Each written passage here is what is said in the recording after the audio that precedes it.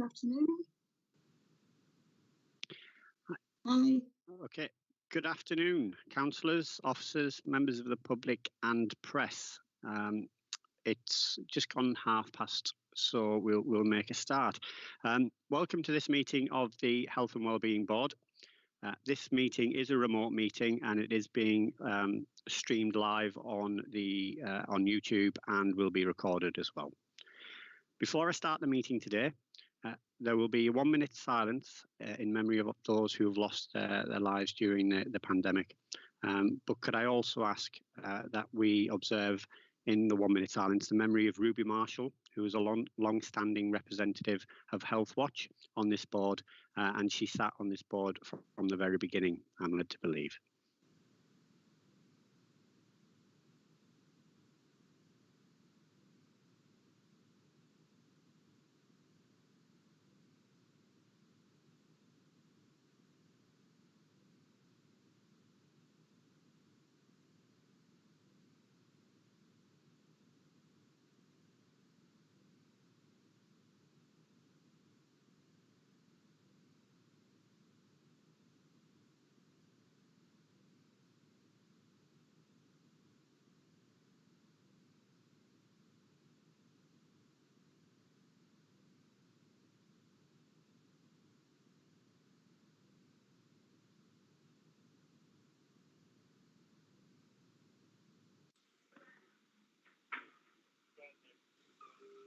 Matt Reeves, Cleveland Police.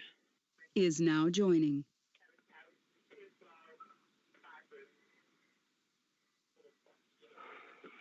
Okay, thank you everybody. I'll now hand over to Amanda Whitaker from our Democratic Services team.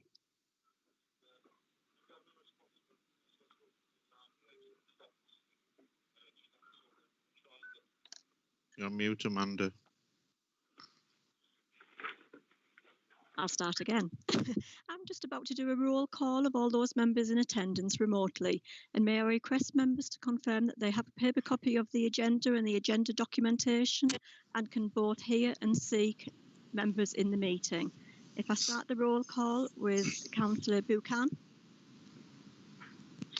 I have the papers and I can see and hear. Thank you. Councillor Moore. I have all of the relevant paperwork and can see and hear everybody. Thank you. Councillor Thomas. I have the paperwork and can see and hear everyone. And Councillor Ward.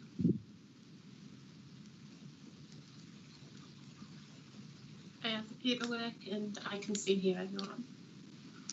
Is Dr. Timlin with us? Yeah, I'm present, but unfortunately I don't have the paperwork. But I've just turned up to see what's going on. Yes. Thank you, Dr. Timlin. I've got apologies from David Gallagher from the CCG and from Dr. Pat Reardon. Next is Sally Robinson. Yes, I'm present and I've got the paperwork and can see and hear everyone. And Jill Harrison. Yes, thanks, Amanda. Present and got all the necessary papers. Thank you. And I've got apologies from Margaret Wren. I understand Christopher Ichabod should substitute for Margaret Wren at this meeting. Yes, and I'm representing Health Watch Hartlepool as their Chief Executive, so if that can be documented in the declarations of interest as well, that I'm not here as a councillor, but as an employee of Health Watch Hartlepool. Thank you, Christopher. Jill Alexander? Yes, I have got the paperwork and I can see and hear. Thank you. And Denise McGuckin, please. Yes, I can see and hear and I have the relevant paperwork. Thank you. Danielle? Has Danielle joined us? Danielle Swinston? Yes, I've got the paperwork and I can see and hear. Thank you. Dr. Butler? Dr. Tim Butler? No. Tracy Woodhall? I think Tracy is with us. I think you on mute, Tracy.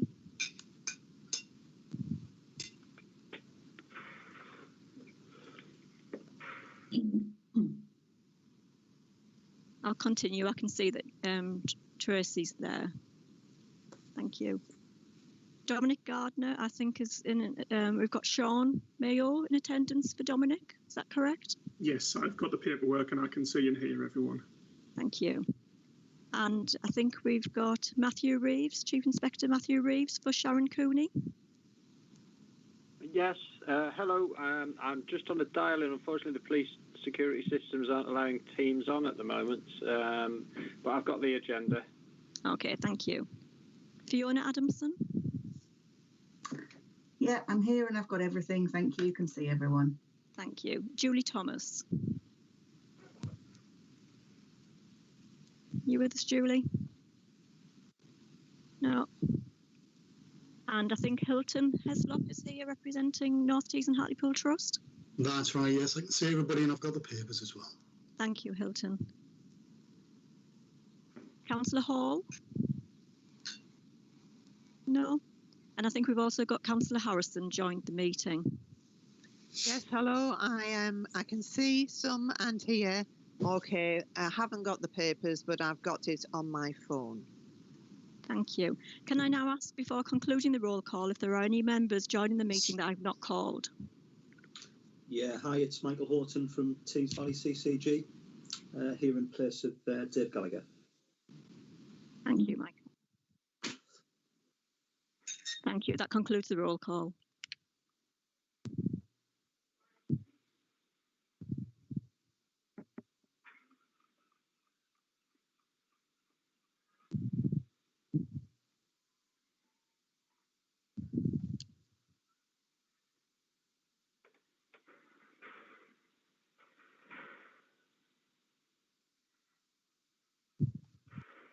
Sorry, I couldn't get it unmuted for a second there.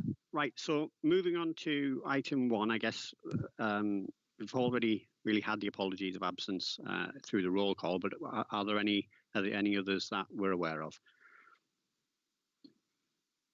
Councillor Thomas? Chair, can I just declare a personal interest as an employee of Health Watch Hartlepool? Yeah, okay. So yeah, we might as well move on to the declarations of interest then. So we've had that one from Councillor Thomas. Any others? Yeah, Shane, I've got a declaration of interest just to cover all angles. I am a holistic practitioner for Ellis House Hospice. Okay, thank you.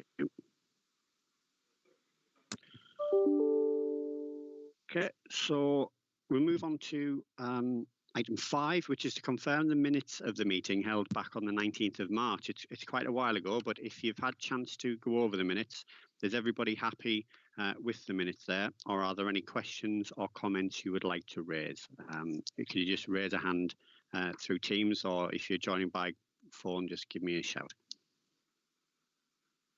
I'll just give you a minute to check. Okay, can I take that as happy then? Yeah, great, thank you very much. So we'll move on then to item 6.1, which is a presentation for the Local Outbreak Engagement Board, which will review the terms of reference for this board. And Craig, are you leading on this one? No, Chair, it's me. Oh, sorry, it's Sally. Okay, I'll hand over to Sally. Okay, thank you very much, Chair. Just give me a moment, colleagues, just to get the presentation up in front of you. Okay, so this item today is for us to have a look at the terms of reference as a Health and Wellbeing Board, with particular reference to the need to create an outbreak engagement board for the current COVID-19 crisis.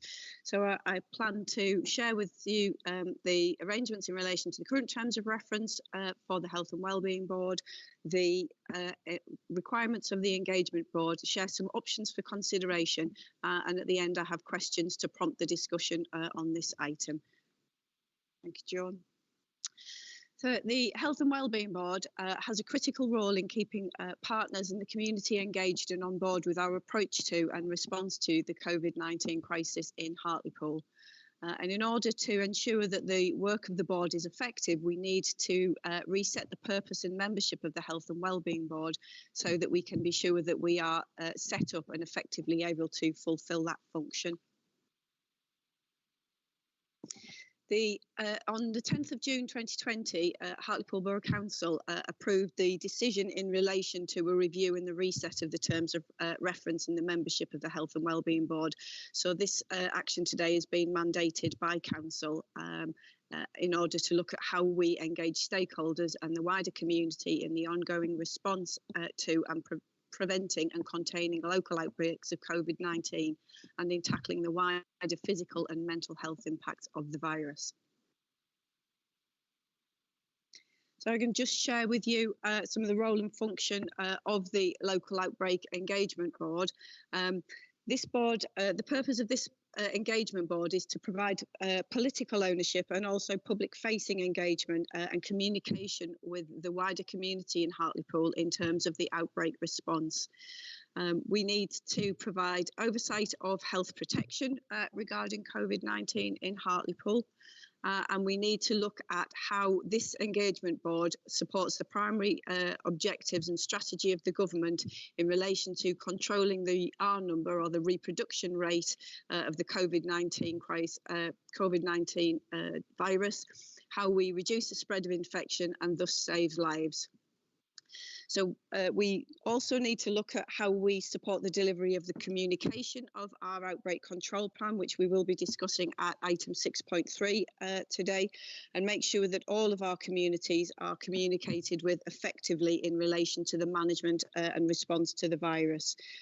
The board will also gather intelligence around the effectiveness of our communications and whether the work of this board leads to an adoption of the required changes that controls outbreaks in Hartlepool. Then the engagement board will also receive regular reports from the Outbreak Control Board. So what we need to do is bring together the response that's being delivered by different organisations at different levels at a local authority area footprint to ensure that we have a really robust community focus and that we have an appropriately tailored response that is understood by the community and is effective in engaging them in the work that we're doing as a partnership. Just to look at the role and function of the Health and Wellbeing Board in relation to the COVID-19 crisis, we do have our terms of reference of the board, and so in addition to those role and function of the board, we need to consider how the Health and Wellbeing Board would want to analyse the COVID-19 impact in relation to the existing joint strategic needs assessment and also our joint health and wellbeing strategy and how it impacts on our local priority actions that we have already in place.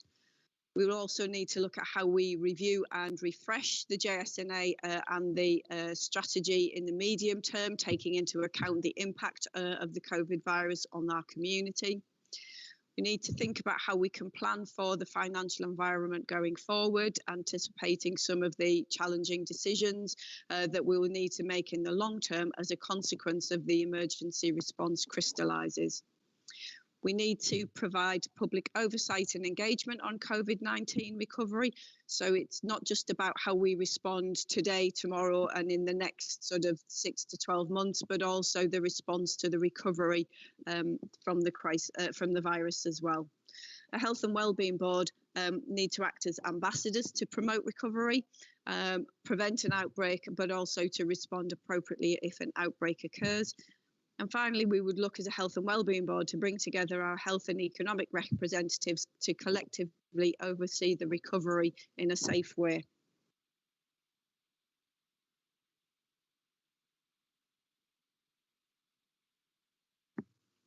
It's not is it there?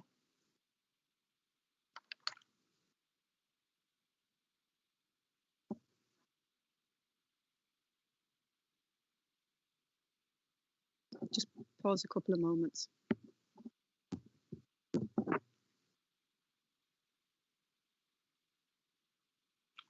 Slide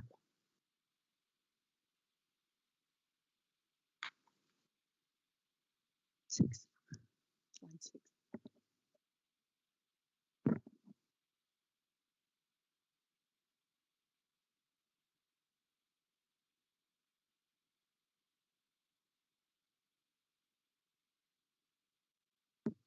It's onto the full screen now, John.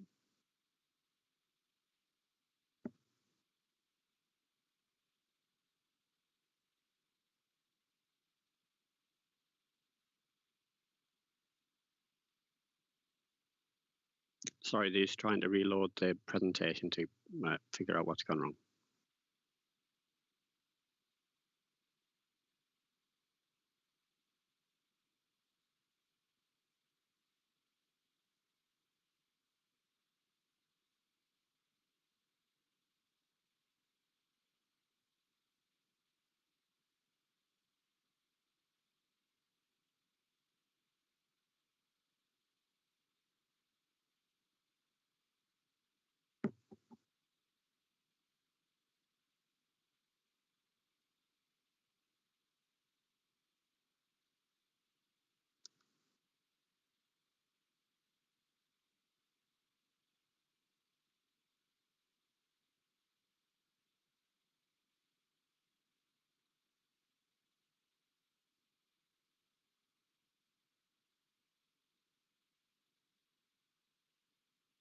Okay, colleagues, just while we're trying to reload the document, I'll just I know these slides have been circulated by Democratic Services, so I'll just continue to talk through while John just tries to get the slides reloaded.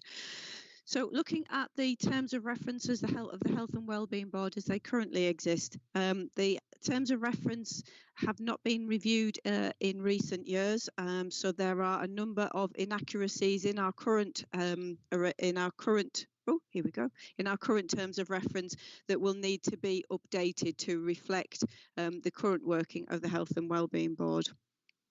Parallel to that, it's proposed that it's also timely to undertake a review of the membership of the Health and Wellbeing Board, particularly in light of the virus and the engagement board. So have we got the right organisations represented on this board, and is representation at the right level?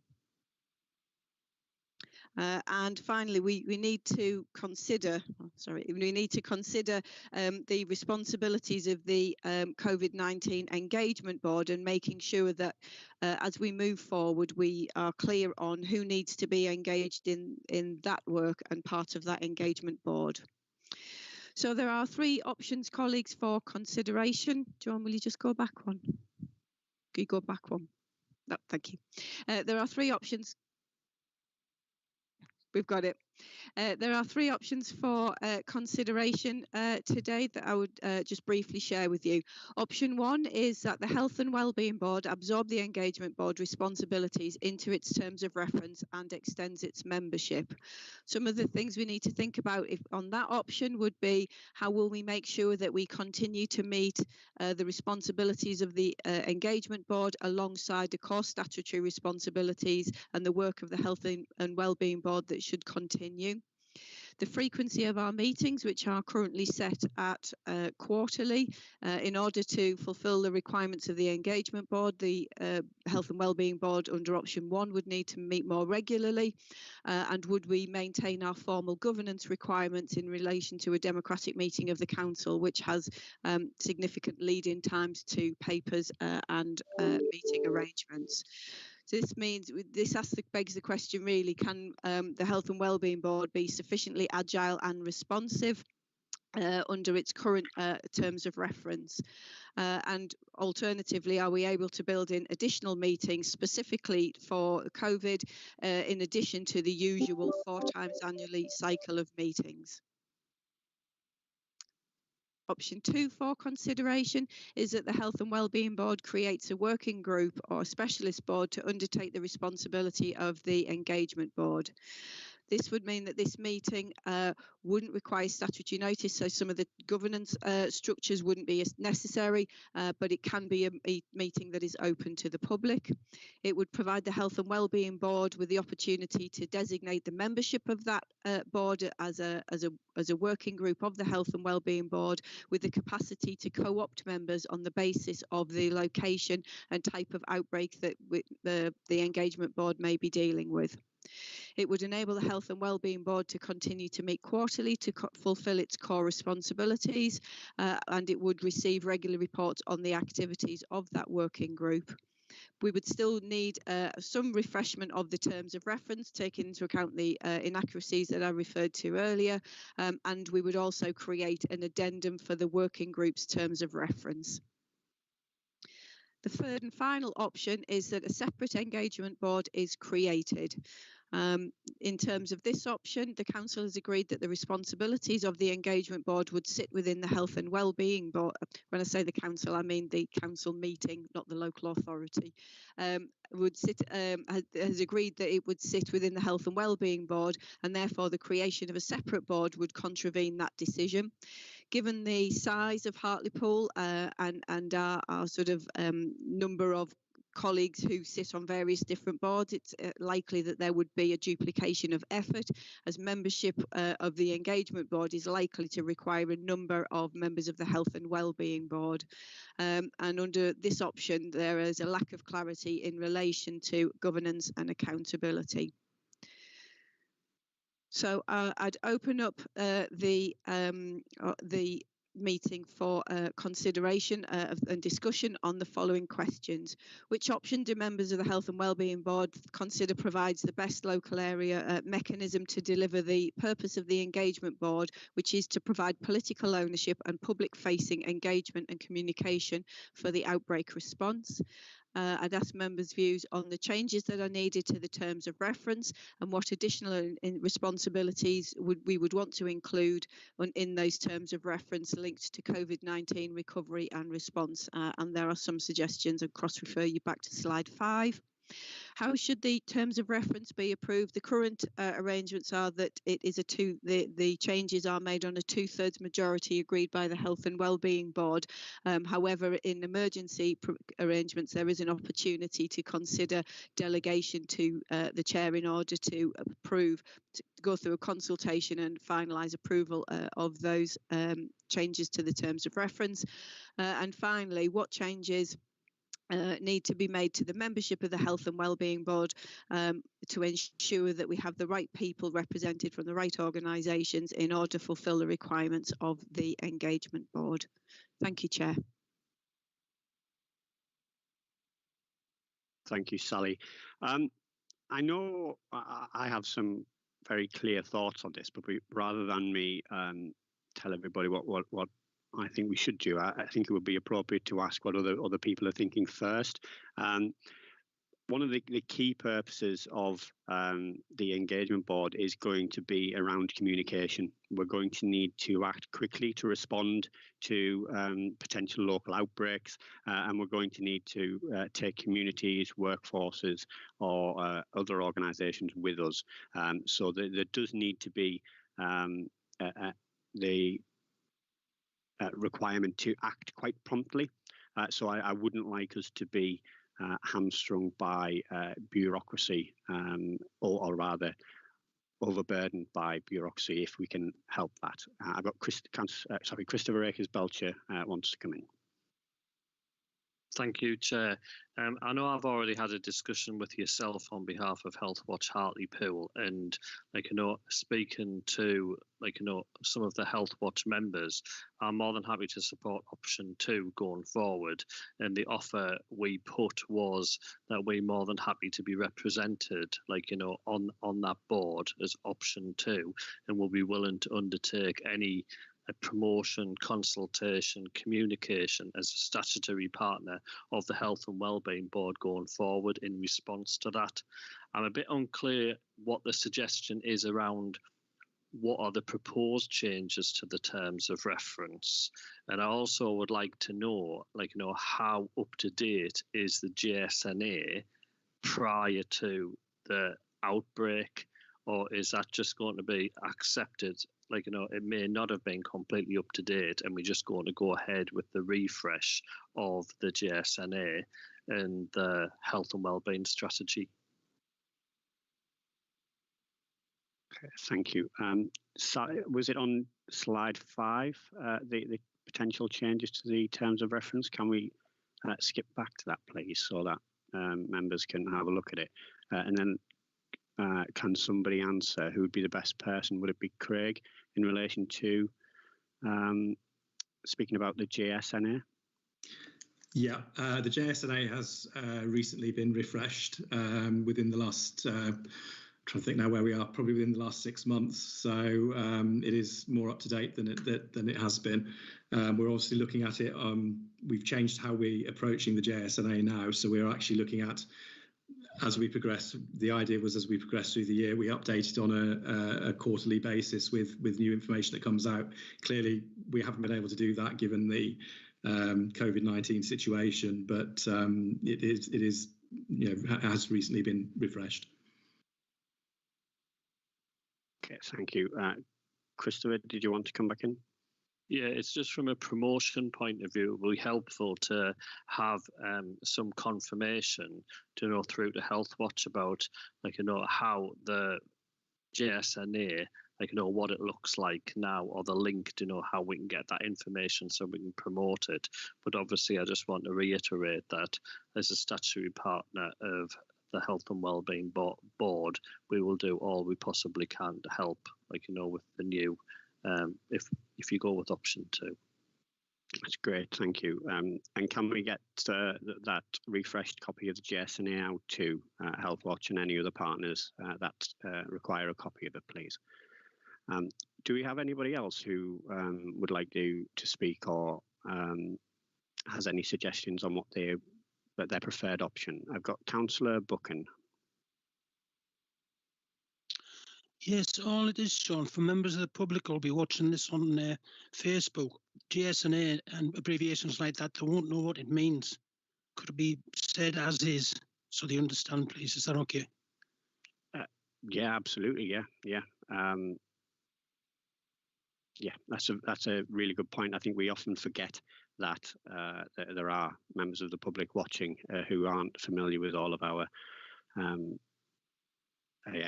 abbreviations. So great point. Thank you, Bob. Councillor Harrison. Thanks, Chair. It's not only members of the public actually that don't always know what these things stand for, so it would be good all round to just have that information. However, that wasn't my point. Looking at the 3 options, I think that it's really imperative to get as many people involved as possible. So my initial reaction will be to go for option 1, but then I think that will be too unwieldy. And I think, as we've discovered, doing it virtually makes it slightly more difficult as far as actually getting points across, etc. So as long as the right sort of people are on the board to actually meet more regularly, going back to the Health and Wellbeing Board to report to it on a regular basis, but keeping the Health and Wellbeing Board as it is, and then having the extra engagement board looking at the nitty-gritties really of this pandemic as far as Hartlepool is concerned. So I would also agree that option 2 will be the best way forward. Great. Thank you, Councillor Harrison. I've got Fiona Adamson wants to speak next. Thank you, Chair. Just another vote for option 2, actually, and I think the point that Sally made about agility is the main one for me, that the Health and Wellbeing Board can't be quite as responsive as a more focused, smaller group could be. And then just to echo what Christopher was saying, we as an organisation, as a group of GPs effectively operating together, have had a bit of experience, perhaps more than we'd like, with COVID over the past few months. And also with some of the planning going on in the rest of the North East. So if there's anything that we can do to help with that group, I'd just like to make the offer. That's great. Thank you very much. Councillor Thomas. Thank you, Chair. Again, I think another vote in favour of option 2. And I think the only thing that I would want to see from option 2, which hasn't already been covered, is an absolute assurance that there is going to be complete transparency and inclusivity within that working group, as this issue is the most vital thing that we face going forward within our town, within our communities, and within our wider society. And I think that the working group is the best way forward, but it has got to be done on an absolutely transparent basis. And for that working relationship with the wider Health and Wellbeing Board and wider partners to be very clear right from the outset. Thank you. And I have Michael Horn wants to come in next. Yeah, thank you, Chair. Yeah, from a CCG perspective, we would support option 2. I think that gives us the ability to play into it the relevant expertise as we need to, and for it to be as agile as possible. So I just thought it might be helpful to give our view on that. Great, thank you. If I'm honest, as many other people have mentioned, there, option 2 is my preferred option, just because it does give that level of flexibility and it will allow us to stand up at a much shorter notice than if we were having to do so through a normal Health and Wellbeing Board. I guess the question that we need to ask ourselves if we go for option 2 is what type of membership do we want on this working party? Who's going to be the best people to sit around the table for this, and that will be a discussion that as a board we're going to have to make. I don't know if there are any suggestions from officers if there is a preferred option there, or if we have any partners here today who, I mean, I know sorry, Christopher has already said that Health and Wellbeing Board are more than happy to Health Watch are more than happy to participate in this. Are there any other volunteers or suggestions to make up the working party? Councillor Thomas? Chair, I would volunteer to be part of the board, but in the specific capacity of the local authority's mental health champion, as I think mental health is going to be such a big issue going forward that I do think that it's important that I am there in that role. Thank you. And I have a guest with their hand raised. Sorry, I'm not sure. Is that Tracy, did you say? I shouldn't be down as a guest, but I have got her. Yeah, we can just about hear you, Tracy. Can you speak up a little bit? It's a poor connection. Right. Yes, I go for option 2 and I'm happy to be part of the working group. Great, thank you. And then I have Councillor Harrison as well, please. Thanks, Chair. Yes, I will be quite happy to be part of the working group, in specifically as champion of the looked after children. Thank you.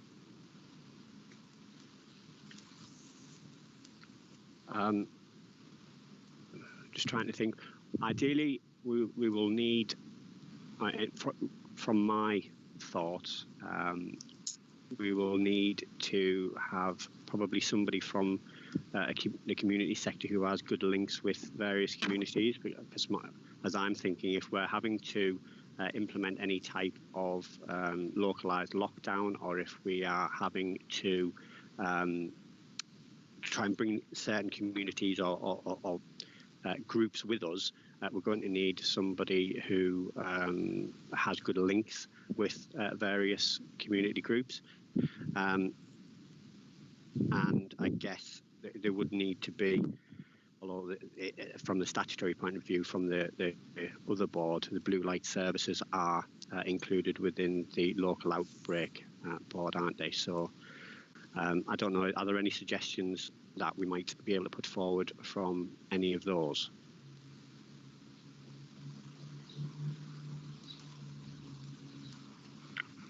No. Hello, I'm on the phone, sorry, so I can't register an interest to speak. Oh, sorry.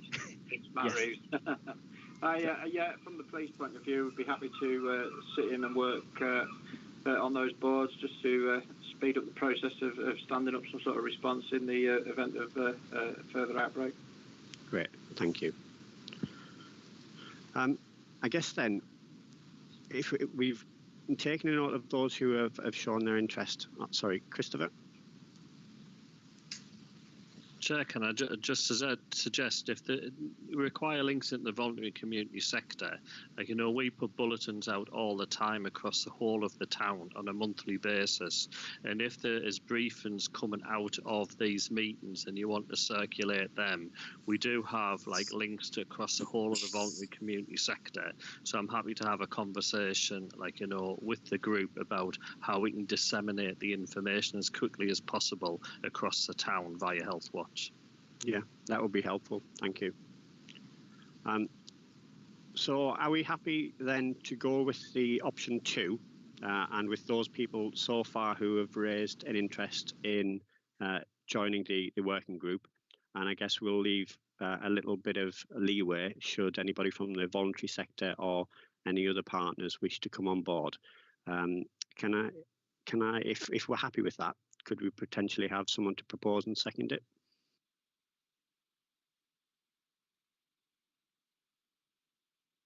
Anybody? Councillor Buchan?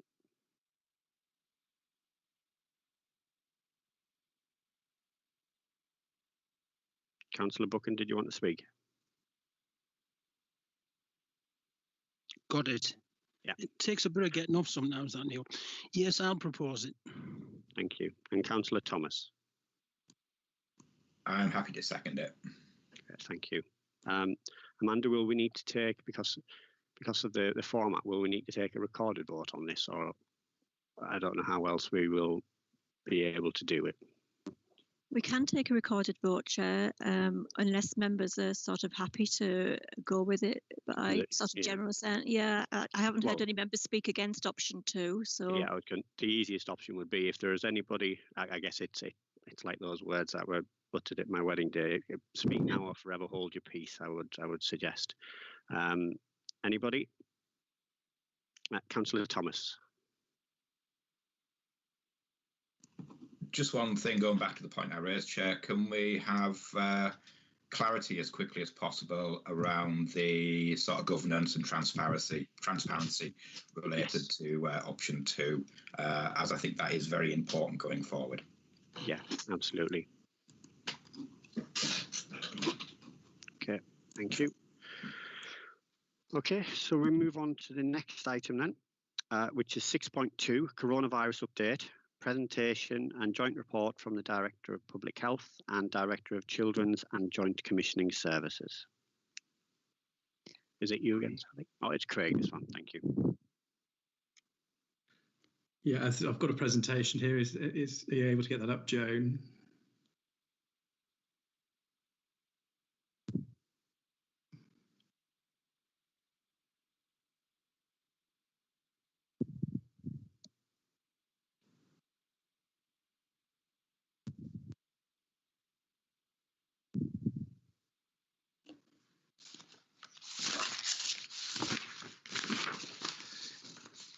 Excellent, thank you. Yeah, this is just going to update on the story so far around the COVID-19 situation within Hartlepool. What we're going to do, as you've seen within the report, there's been a selection of data, graphs and analysis been circulated around, and what I'm just going to do is talk you through that. So, thanks, Joan. First slide we've got there is an indication of the course of the disease across the Tees area. The blue line you can see on the screen there is Hartlepool. You can see we were sort of quite slow in getting the numbers that other areas were at the start of the outbreak. This is a weekly totals of the cases recorded by Public Health England data. Recorded through the Office of National Statistics, and this is the number of new cases in each week. As you can see there, we sort of peaked around about the middle of to end of April in the number of cases, and a slight peak in May, but it's been tailing off the weekly totals recorded considerably. And I think when you bear in mind as well that the amount of testing has increased as we've gone along. And I think that's one thing I probably should flag up at the start is the data. These are recorded cases, not all cases, obviously, because not all cases are recorded. And as you can see, we've started to reach that decline in numbers around about the date where this was the 14th of June, and I'm told it continues to plateau at the moment. Can I have the next slide, please? So this graph shows the cumulative cases over time, again for the Tees area, and again Hartlepool at the blue line.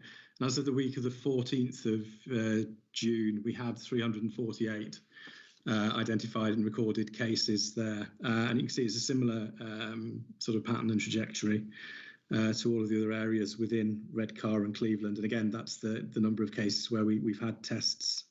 And again, one thing to note is for each of the areas across Tees, we are now seeing that stabilisation of the number of cases that are being recorded. So can I have the next slide, please? So if you look at the case rate per 100,000 each week, we can see at the start, the first week recorded was around about the 12th of April. We were seeing around about 74 cases per 100,000, but now we're seeing around 372 cases per 100,000. You can see obviously the climbing to reflect the higher number of cases that we've had there. And that is, again, the cumulative numbers that we have, cumulative totals in that rate over time. That's, if we look at, it's useful to look at that in terms of, when we look at the rate per 100,000, and look at that in terms of where we are in comparison with the rest of the country. So if you look at the next slide, please. Where we compare with the national ranking of top-tier local authorities, we can see that at the start, around about the 12th of April, we were the rate of 74 per 100,000. We had a national ranking, we were 119th out of 150 local authorities. And as we've progressed, our situation as such has got progressively worse. And again, we're looking at the data where we have for this on the 14th of June, we were actually in the 31st out of 150 for the number of for the rate per 100,000 population. So that was quite a move from where we were and where we found ourselves at the start of the outbreak and the pandemic. Can we move to the next slide, please? So looking at the number of deaths, the number of COVID-19 deaths, and they're compared with all deaths.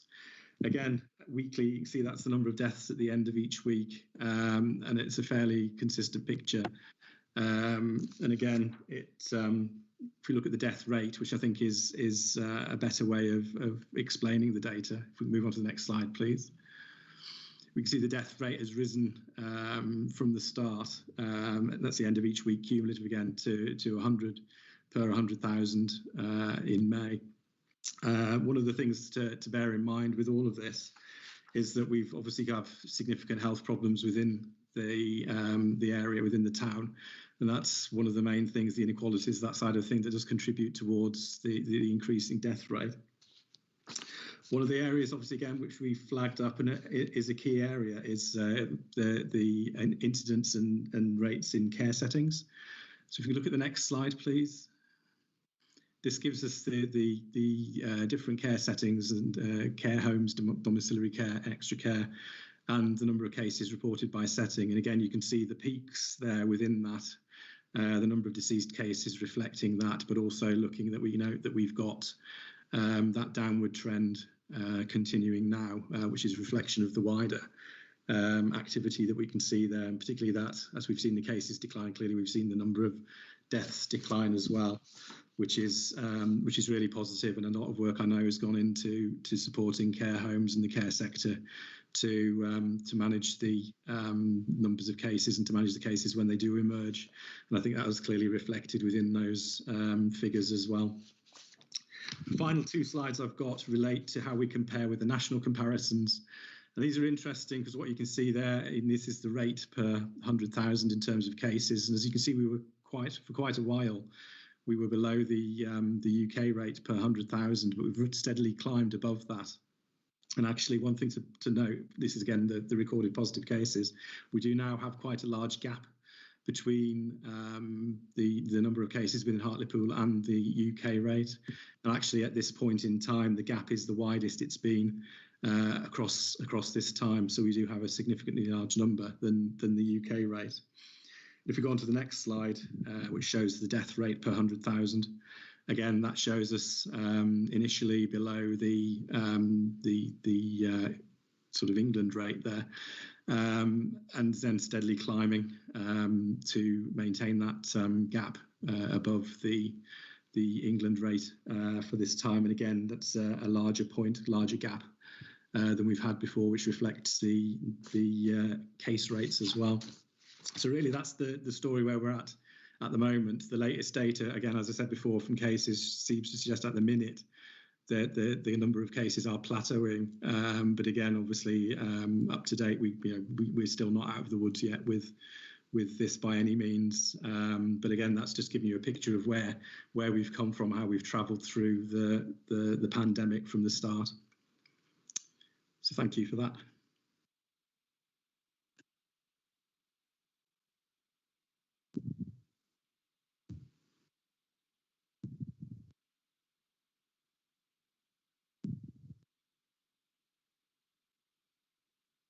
Thank you, Craig. Are there any questions or comments from members on that report? I know I realised, it was very clear and easy to understand, Craig, and thank you. And I realised off the back of the comments from Councillor Buck and Harrison earlier, when they were asking for easy to understand and not to use acronyms. I agreed that with them, but then I didn't go on to explain what the various things were. So just for clarity, the GSNA, for anybody who is looking, is the Joint Strategic Need Assessment, and the JHWS is the Joint Health and Wellbeing Strategy. And I don't think there was anything really within this presentation that wasn't easy to follow. But the only question I do have, Craig, is, and I've had this throughout all of this, to be honest, was why we use the rate per 100,000 as an indicator, when for a small place like Hartlepool, obviously it's going to be quite, the numbers may look quite high, and why we never look at it as a kind of rate per population. Is there a particular reason that it's measured in that way? I think it is the standard way of measuring it, and I think that just ensures that across the board, everyone, sort of when we're using it to compare it with other areas in the country, we are actually getting a unified approach to it. I think it's as simple as that. I mean, we could look at the data per head of population as well, but obviously that's just when we look at the number of cases, that's you can apply that to the population, but it just means you can't really compare across areas, which we need to do. I ask just because it's a question I'm asked from members of the public quite regularly. So I know if there are anybody watching, it's worthwhile at least having that explained. I've got Councillor Thomas wanting to speak. Thank you, Chair, and thank you, Craig, for the presentation, which I would echo the Chair's comments there, that it was very clear and very, very easy to understand. And I think there are some very stark messages from the presentation, Craig, and I think one of the first of those has got to be that Hartlepool is definitely not out of the woods with regard to this pandemic, and that I really have concerns given the relaxations that are coming in around social distancing and other measures about the potential impacts for Hartlepool, given where we currently stand with the pandemic at the moment and the way in which we are behind some of the national trends. And I think some of those figures that you gave there really illustrate and underline some of the health inequalities that we have in Hartlepool. And I think one of the further things that has come through to me with some of the figures I've seen in the past is the increased likelihood that you have of dying if you contract COVID-19 in Hartlepool over and above the national average statistic. And I think what is illustrated here is a real story about the impact that a pandemic like this can have on communities where there are significant health inequalities on the sharp side of those inequalities, and the increased risk and vulnerability that people in communities such as those we have in Hartlepool experience when something like this comes along. So I think that there really is a narrative that's got to be captured about the Hartlepool experience of this pandemic and of some of those implications and longer term issues that we have around health inequalities that make Hartlepool residents so vulnerable when something like this comes along.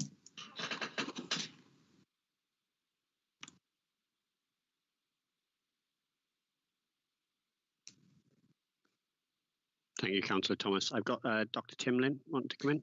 Yeah, I was just going to probably say exactly what Steve's just said, but you know, when this first came off, it was a bit like a phony war. We'd set up all these extra clinics, and we had nobody to send them to, and you had like COVID clinics that just weren't getting filled. And then as the sort of virus has moved up the country, you know, we are now seeing it. And my concern would be it's a bit early for us to be sort of opening the pubs and letting everybody sort of go wild, because it's actually hitting here now, really, and sort of we're a bit behind the curve, certainly. You know, my daughter was working in Middlesbrough, she was working off, you know, killing herself, and I was over in Hartlepool thinking, well, what they're all worried about, you know. So that's, I'm saying similar to Steve, you know, that's my concern. Thank you. Councillor Harrison. Thanks, Chair. Yeah, just to re-echo what Councillor Thomas has said, and Dr. Timlin, I think that the local authority here have led the country as far as certain aspects of the lockdown is concerned, one being the return of our children into schools, and that they stood their ground on that, together with few other councils. And that has led to a U-turn as far as the national response is concerned. So we do need, I think, firmly believe that we need to stand out. I personally think it's far too early to be easing lockdown the way that it is nationally for us in Hartlepool. We do not want to see the spike that is unfortunately going to come if we continue in this way. So we really need to do our best, I think, to keep centred on Hartlepool rather than the national picture. And I think Craig's, sorry, I can't think of the name, but what Craig has showed us has actually said that. And it says it all, really. Thank you. Thank you, Councillor Harrison. Is there anybody else who wanted to ask any questions or any other comments on this item? No? Okay, thank you. Move on to item 6.3 then, and that's the Coronavirus Outbreak Control Plan, and I believe that's Craig again.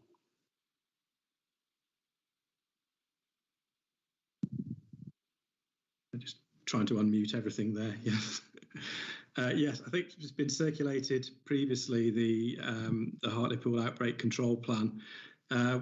Just a bit of background around that. We are moving into the next phase of the pandemic, and we are required now to produce a outbreak control plan, which aims to support response to local outbreaks in partnership with the National Test and Trace System, NHS and local Public Health England teams. As you'll see in the report there, the plan centres on 7 key themes, and looking at those high-risk areas such as care homes and schools, high-risk workplaces, communities and locations. We're looking at the mobile testing capacity and local testing approaches. Has to involve looking at contact tracing arrangements, and to support that approach when we do find we have outbreaks, we have to look at data integration, supporting vulnerable people, and as we've already discussed, local boards and communication and engagement. We've been working over the last few weeks to pull the plan together. And one version was attached. I'm not sure. I don't know, Joan. Did the most up-to-date version get circulated, or I don't know which version has been circulated, but it's, to be honest, it's an ongoing process at the moment. We have to get this published by the end of June. So we've been working towards that deadline, but actually, because of the nature of it, and I think as we're aware in terms of continuing guidance, coming down from sort of regional areas and government. We are changing it and adapting it as we go along. So it has been quite a challenging approach. I think Joan says she got. Yeah, just to confirm that the original that was circulated with the paperwork was version 1, and we circulated yesterday a version 2. Excellent, thanks, Joan. So yeah, the most up-to-date version you'll have seen that has been circulated, and essentially it's a blueprint for what we will do if we are if and when we are notified of any outbreak within the local area.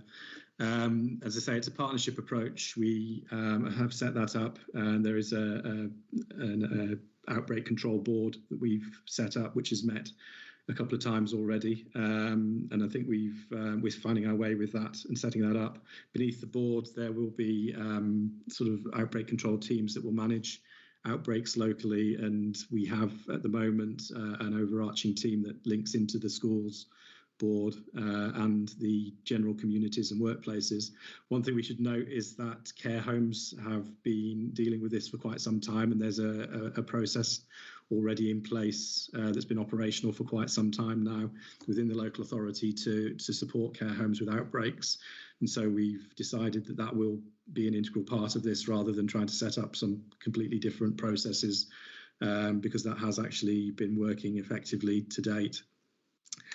As I've mentioned, the overarching, I won't go through the full details of the plan because it's a technical document, and the detail you can read at your leisure. I think if you want to know how we're actually looking at that.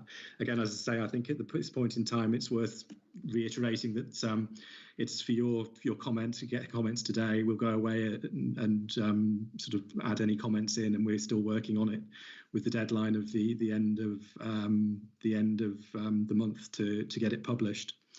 One of the things we do need to raise and consider is, at this point, we are a bit light on the interface with the NHS and NHS settings, and I think I would like to actually get more engagement from the NHS side into that. And I think we've been given an assurance query from national government to go through today, which I've had a look at this morning, and I think we need just it does ask us about our links and engagement within the NHS at the moment. So I think one thing we would like to do is strengthen that at this point in time, and strengthen the links into our NHS partners as part of this. And I think initially that certainly would be through the oversight of the board, but also I think we probably need to look at those stronger links through the infection control processes into the community. So that's where we currently are with the outbreak control plan. Happy to take any questions or any other comments. Thank you, Craig. I've got Mr. Hilton. Do you want to speak? Thanks, Chair. Craig, yes, thanks for that. We obviously, from our point of view within the Trust, we're more than happy to help support within the board and the group, obviously at the right level, and we can use our infection prevention control teams for that. So we'd need to have a conversation with you in terms of who you'd like, who you need involved, and we can make sure that we put that process in place. But absolutely fully support everything that you're doing there on that. Great, thank you. I think I'll try and arrange a conversation with you Monday, I think, or even later today, because I think we need to obviously with that tight deadline, but that's great. Thank you. Yeah, by all means, certainly. Thank you. I've got Councillor Thomas wanting to come in. Thank you, Chair. And I think once again, Craig, I think it's a very good start on an outline plan going forward. But I noticed from the document, it seems to be very much underpinned by test and trace. And clearly there are still some big national issues around test and trace. And the data and intelligence going forward really is going to be key to identifying and addressing outbreaks within local communities. And just going back to the previous contributor's point, I think there really is a real need going forward to have some real significant local data gathering, data processing, and identification of local outbreaks if they are taking place going forward, as it would appear to me, just from a layperson's seeing what's been on the media, that the national test and trace is possibly still some way off being absolutely effective, and that's probably being a little bit generous to where we are with it at the moment.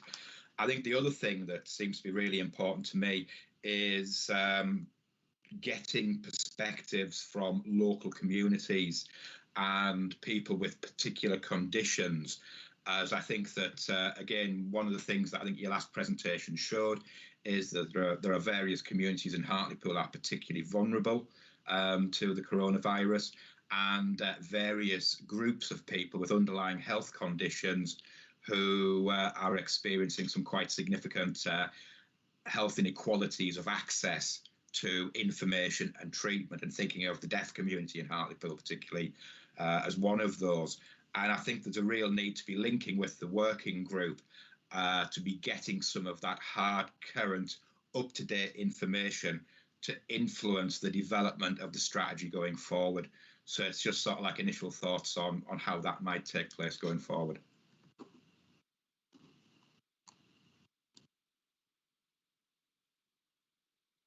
Thanks. You can just, if I may, just respond to that. Yeah, those are really helpful points, and I think in terms of certainly the data, I think it is you're correct. I think there is some challenges around the data currently. We did find out this week as well, where we had an incident in terms of some of the challenges with that data. We have been able to test some of these plans and these sort of elements already. And it's something I am sort of rapidly trying to establish where we can get some useful intelligence and make sure we've got those data systems set up. So we are making some progress on that. And I do agree about the community engagement as well. I think to stress one of the significant elements within this is it's not simply to respond to outbreaks, and that's one element of the outbreak control plan, but prevention is a significant proportion of the plan as well. And that's a requirement for directors of public health to focus on that prevention as part of this outbreak control plan. And that's also an element we'll be looking at too, because obviously supporting those areas, we're already doing that, particularly with these areas, care homes, schools and that sort of thing, but it's also expanding that into those community areas as we go through the next few weeks and months. So yeah, very much so we will be engaging on that prevention agenda as well. Thank you, Craig. I've got Michael Horton to speak next. Yeah, thank you, Chair. It was probably along similar lines to Hilton. I think probably the first thing to say is in relation to high-risk groups, both schools and also care homes. We have got members of the CCG who've been significantly involved in some of those arrangements and will continue to do so. So I think from that perspective, we've got a lot of input into that, and I think what we'll also do is I'll have a chat with our board nurse around input in terms of other aspects of the plan, Craig, if that's all right, in terms of the board and also the outbreak arrangements as well. So I'll take that back and have a chat with Jean and just make sure that we're plugged into all the right areas of the plan that we need to be. Thank you. I've got Christopher Akers-Belcher to speak. Thank you, Chair. It was just following up on the point that Councillor Thomas made, and I just wanted to, item 3.2 of the report, and it talks about regular and timely communications to the public.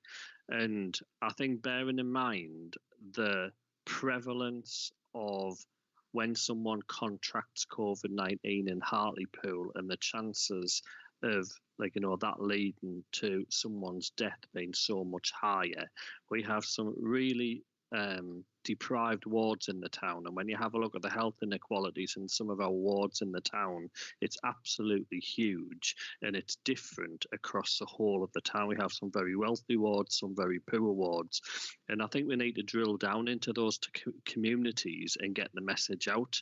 So I think we need to have a really hard conversation about how we're going to get those messages out, because I'm well aware of that, but talking to residents and being out and about, like, there's more and more people on the streets, we more at risk, and all they're doing is listening to a national narrative, and they're not listening to a local narrative. And I think we need to put some really strong emphasis on getting the message out in the community that you are more at risk in Hartlepool than just listening to what's happening, from this national bulletins that are being put out or were being put out. So I'm happy to have a conversation on how we can help with that.